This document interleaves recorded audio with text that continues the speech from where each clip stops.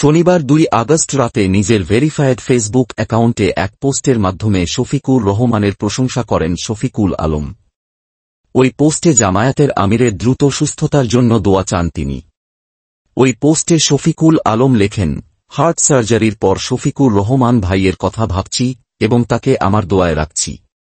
গভীর অনিশ্চয়তার এ সময়ে তার ধৈর্যশীল নেতৃত্ব ও সংস্কার প্রক্রিয়ায় গঠনমূলক অংশগ্রহণের সদিচ্ছা সত্যিই প্রশংসনীয়।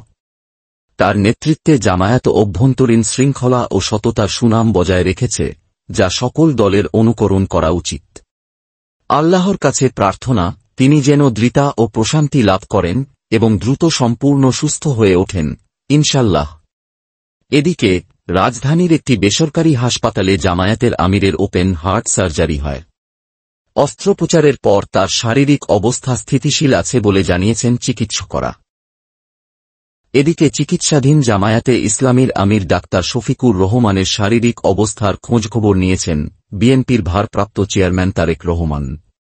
রাজধানীর ইউনাইটেড হাসপাতালে রোববার তারেক রহমানের পক্ষ থেকে জামায়াত আমিরের অবস্থার খোঁজ নিতে যান বিএনপির একটি প্রতিনিধি দল। প্রতিনিধি দলে ছিলেন বিএনপির যুগ্ম মহাসচিব হাবিব উন নবী খান সোহেল এবং বিএনপির যুগ্ম মহাসচিব ও মিডিয়া সেলের সদস্য শিব শহীদ উদ্দিন চৌধুরী অ্যানি।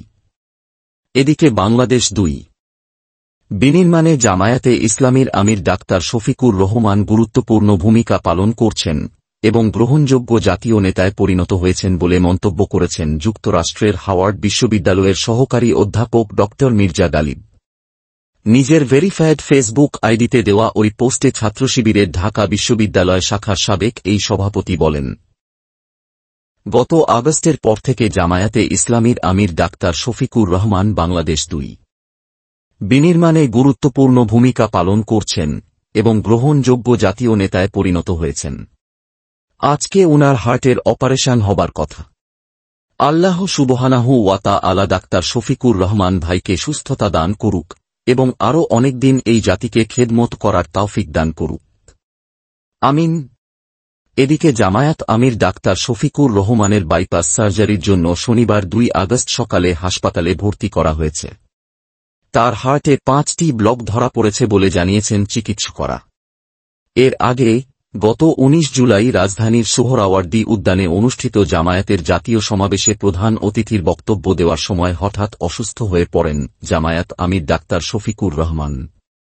পরে তাকে তাৎক্ষণিকভাবে একটি স্থানীয় বেসরকারি হাসপাতালে ভর্তি করা হয়। চিকিৎসকরা সেদিনের প্রাথমিক পরীক্ষায় বড় কোনো জটিলতা পাননি, তবে ধারণা করেছিলেন তিনি ডিহাইড্রেশনে ভুগছেন। এরপর ধারাবাহিকভাবে তার বিভিন্ন পরীক্ষা নিরীক্ষা করানো হয়। পরীক্ষায় ডাক্তার শফিকুর রহমানের হার্টে 5টি ব্লক ধরা পড়ে। এসব ব্লকের মধ্যে 3টি বেশি গুরুতর ও 2টি প্রায় 50% মতো ব্লক। গুরুতর 3টি ব্লক অপসারণে বাইপাস সার্জারির সিদ্ধান্ত নিয়েছেন চিকিৎসকরা। এর আগে ডাক্তার শফিকুর রহমানের চিকিৎসায় গঠিত মেডিকেল বোর্ড তাকে বিদেশে চিকিৎসার পরামর্শ দিয়েছিলেন, তবে তিনি দেশের বাইরে চিকিৎসা না নিয়ে দেশেই চিকিৎসা নিতে একভাবে সিদ্ধান্ত নেন। দেশের চিকিৎসায় সাধারণ মানুষের আস্থা ফেরাতেই এমন সিদ্ধান্ত নিয়েছেন বলেও জানান তিনি। অবশ্যই ভিডিওটি বেশি বেশি শেয়ার করে এই জাতীয় নেতার জন্য দ্রুত রোগমুক্তির জন্য দোয়া করুন। আবারও সবাই বেশি বেশি ডাক্তার। সবকিছুই দেওয়ার মালিক আল্লাহ। শেখ হাসিনাকে নিজ হাতে পতন করে যেভাবে বাঙালি জাতিকে জুলুম, অত্যাচার, গুম, খুন, হত্যা এবং জেল জরিমানার হাত থেকে রক্ষা করেছে, ঠিক একইভাবে আমরা আশা করছি খুব ভালো একজন শাসকের মাধ্যমে দেশটাকে রক্ষা করবেই ইনশাল্লাহ। একদিকে তারেক রহমান যেমন ত্যাগী নেতা হিসাবে নিজেকে তৈরি করেছেন, অন্যদিকে ডাক্তার শফিকুর রহমানকেও জামায়াতের নেতা হিসাবে জাতির সামনে উপস্থাপন করেছেন মহান খোদা। সবকিছুই হবে তার ইশারায়। ঠিক তেমনি কোন দল সরকার গঠন করবে, কার হাতে আমাদের এই সোনার দেশটা ভালো থাকবে সেই জানে। জামায়াতে ইসলামীর আমির ডাক্তার শফিকুর রহমানের প্রশংসা করেছেন প্রধান উপদেষ্টার প্রেস সচিব শফিকুল আলম। তার মতে, শফিকুর রহমানের নেতৃত্বে জামায়াত অভ্যন্তরীণ শৃঙ্খলা ও সততার সুনাম বজায় রেখেছে।